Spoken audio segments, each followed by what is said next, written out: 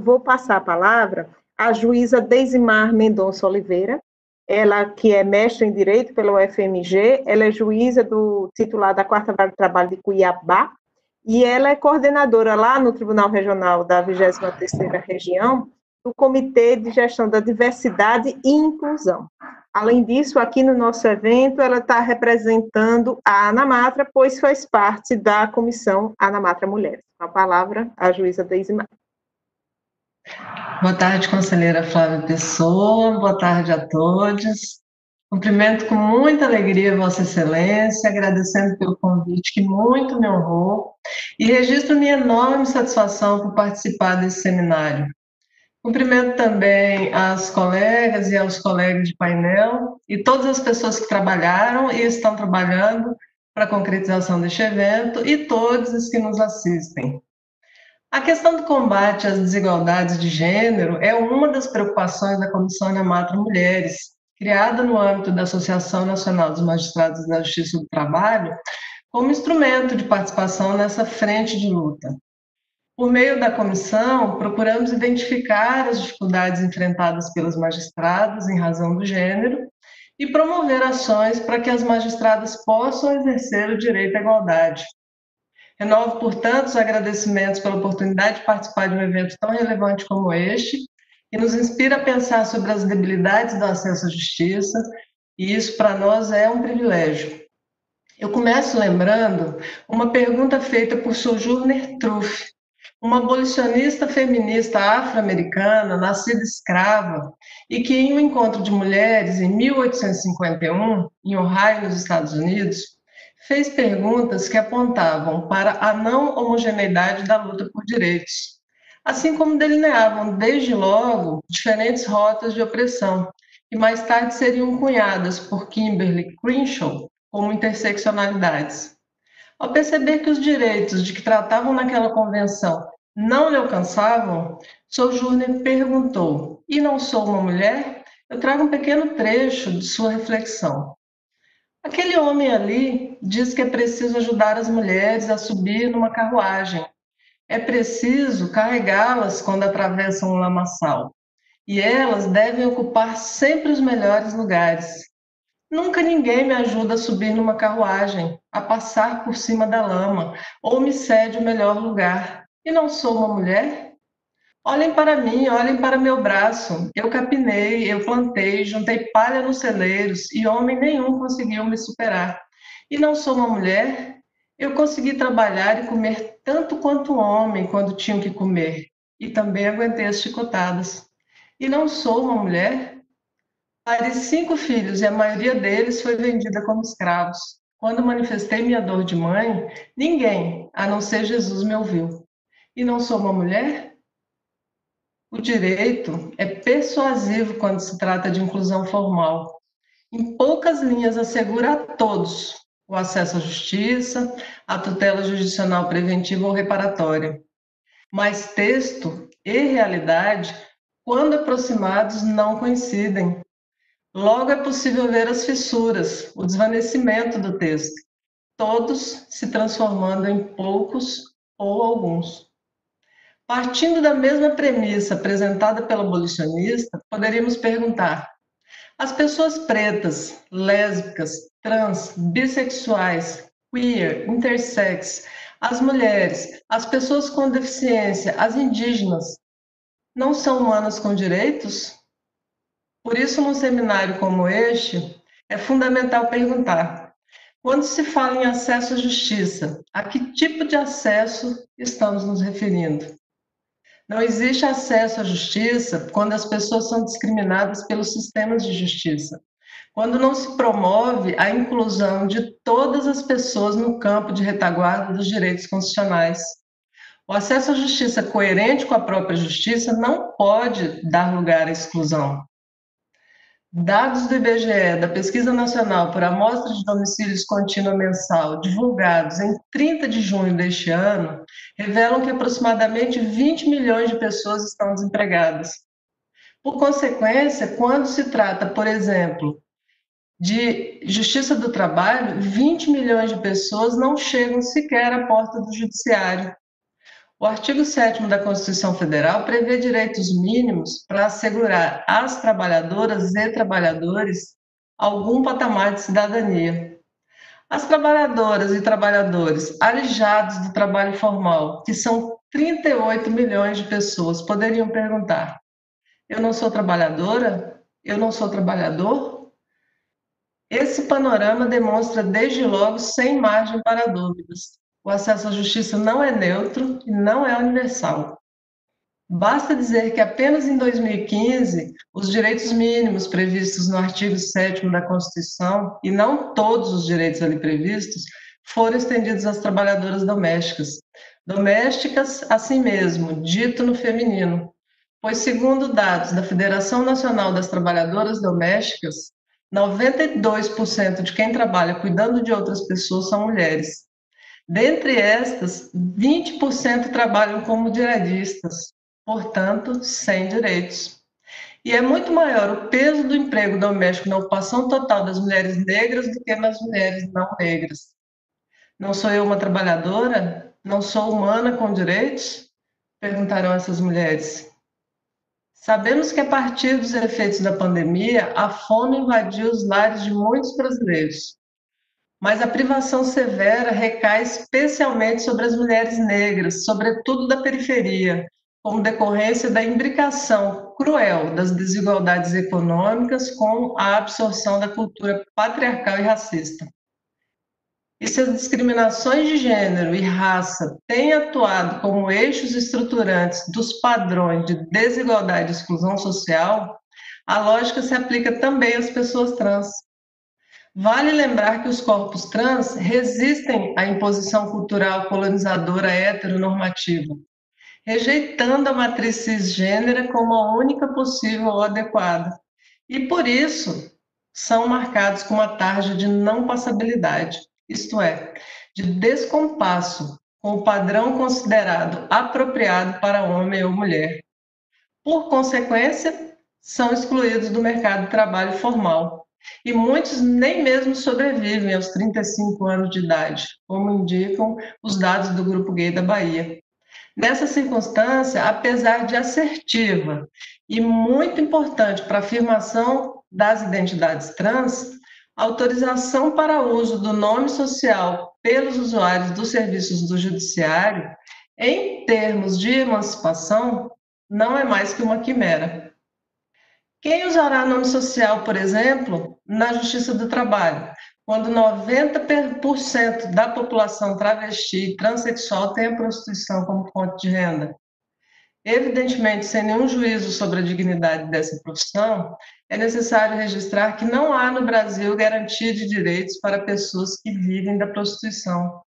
Estimativa feita pela Associação Nacional de Travestis e Transsexuais, com base em dados colhidos pela própria entidade, revelam que apenas 0,02% das pessoas trans frequentam a universidade e 72% não concluiu o ensino médio, e apenas 4% das pessoas transexuais estão no mercado formal de trabalho. É por isso que passa despercebida a identificação pelo nome social na Justiça do Trabalho. É mínimo o uso desse instrumento de afirmação da identidade, pois pessoas trans não têm acesso a esse ramo da justiça. Não sou eu trabalhadora? Não sou eu trabalhador? Não sou humana com direitos? Da mesma forma, não resolve o problema nuclear a possibilidade de uso do nome social pelos usuários internos do Poder Judiciário. Pessoas trans são expulsas da escola pelo sem número de humilhações a que são expostas. Como chegarão a ser magistradas? O casamento entre pessoas do mesmo sexo, uma possibilidade que partiu da iniciativa do CNJ, é, obviamente, uma arma a mais na afirmação das identidades e resistência à colonialidade heteronormativa. Mas tampouco é garantia de cidadania e abolição da violência. O feminismo, entendido na forma resumida pela filósofa Marcia Tiburi, como luta contra o estado de opressão e injustiça, como relação não violenta, como convite ao diálogo, como potência transformadora, é uma urgência no mundo, no Brasil, é uma urgência no Poder Judiciário. Mas, como adverte a professora Thalíria Petroni, não é possível que o nosso feminismo deixe corpos pelo caminho. Não há liberdade efetiva e democrática se todas as pessoas não estiverem dentro dela, inseridas verdadeiramente. Liberdade tem de ser conteúdo e continente, direito e dever, sonho e realidade para todos. Como observa o economista Amartya Sen, a expansão da liberdade humana é tanto o principal fim como o principal meio do desenvolvimento. E a liberdade somente se completa com igualdade, sob pena de se converter em privilégio. É necessário, portanto, saber se o Poder Judiciário quer enxergar as pessoas invisíveis e, se as enxergando, quer agir. Evidentemente, não há homogeneidade na luta por acesso a direitos, porque a opressão assume formas variadas, muitas delas interconectadas. O que então podemos fazer? Em primeiro lugar, temos de reconhecer nosso dever de promover o acesso à justiça. Como afirma a filósofa Djamila Ribeiro, pessoas brancas devem se responsabilizar criticamente pelo sistema de opressão que as privilegia historicamente, produzindo desigualdades. E pessoas negras podem se conscientizar dos processos históricos para não os reproduzir. O fato de a solução não ser simples não pode nos paralisar. Ao contrário, para uma pluralidade de sujeitos e uma complexa teia de problemas, realizemos uma miríade de ações. Vale utilizar a metodologia adotada por Mariana Holanda em sua tese de doutorado, que parte da distinção entre um e múltiplo, entre o sujeito universal da linguagem colonial, eurocêntrico, heteronormativo, que hierarquiza os seres humanos, e o sujeito múltiplo, que é diverso em si mesmo, que resiste não se universalizando, recusando-se a se tornar ordinário e impondo novas existências, modos de conhecimento e experiências que desafiem o projeto hegemônico de colonialidade do poder. O CNJ faz muito em endereçar nosso pensamento para o dever de fomentar o acesso à justiça e pode fazer muito mais. Como gestor nacional do processo judicial eletrônico, pode inserir nos dados de entrada do PJE espaços para informações estatísticas sobre gênero, raça, remuneração e assinatura da CTPS. E acrescento, conforme sugerido pela conselheira Maria Tereza Willi mais cedo, nacionalidade, etnia e a condição de tratar-se ou não de pessoa com deficiência. Assim como o programa Justiça em Números revela que anualmente a concentração do maior número de ações está no pleito de verbas rescisórias, pode revelar também quem são as pessoas que recorrem à Justiça do Trabalho a partir de recortes de gênero, raça, remuneração e formalidade dos contratos. É possível, além disso, criar projetos educativos que explorem a diversidade humana e a necessidade de promover a inclusão de todas as multiplicidades de cidadãs e cidadãos em todas as profissões abrangidas pelo mundo jurídico, para que os grupos politicamente minoritários possam se tornar políticos, funcionários públicos, notários, advogados, juízes. Promover ações de integração nas contratações com as empresas de fornecimento de bens e serviços, com políticas afirmativas, por exemplo, por meio de cotas. Estender os selos já utilizados para reconhecer e premiar tribunais para empresas que pratiquem políticas de inclusão, aumentando a empregabilidade de pessoas vulneráveis. Realizar programas como o Começar de Novo, que promoveu campanhas de incentivo à contratação de egressos do sistema prisional, desta vez voltadas para a contratação de pessoas expostas a vulnerabilidades por outros atos de discriminação e preconceito. Desafiar a epistemologia que hierarquiza os pensadores do meio jurídico. Por que os congressos jurídicos apresentam, em sua maioria, palestrantes homens brancos heteronormativos?